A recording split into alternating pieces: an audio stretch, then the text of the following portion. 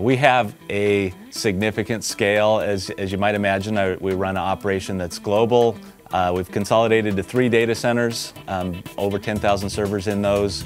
We support a user population of 145,000. HyperV will allow us to virtualize 80% of the workloads that we have, and that will allow us to get to our goal of 50% for this next year and beyond that as we go forward in the future. And we're using this for the same reason that all of you would. We have some constraints in our data centers on space, power, and cooling. We want to do our part for the environment in lowering our power and cooling usage, and we want to save money and be able to invest that back in other areas of our business. So virtualization has been incredibly important to us. Microsoft IT started with Virtual Server 2005, and with the recent release of Hyper-V has actually achieved over 3,000 virtual machines in our production and lab environment. These virtual machines were actually sold to the businesses. We achieved 25% virtualization at the end of this fiscal year recently, and are pushing towards 50% next fiscal year. Processing capabilities were outpacing our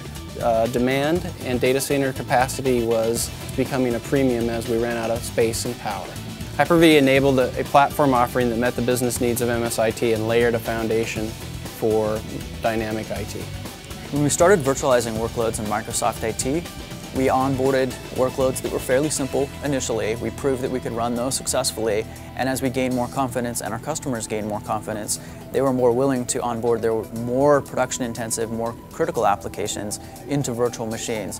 And they found that the experience itself was exactly the same from their perspective as running on a physical machine. And we're actually able to cut down our delivery time for a new server or a new server instance down from about 21 days down to a matter of under 1 business day. And we were hitting 3 nines and a 5 consistently, even when we were talking about planned downtimes. We were exceeding the average data center availability at about half of the cost. In terms of the workloads that we're running on Hyper-V today, we're running everything from web services to line of business applications to SQL, to Exchange mailbox servers, to SharePoint services, to departmental file and print, to the average core infrastructure that we have running out in the environment like Active Directory, named services. When we began deploying Microsoft Virtual Server 2005 out in the environment, we really didn't have a companion management product for it.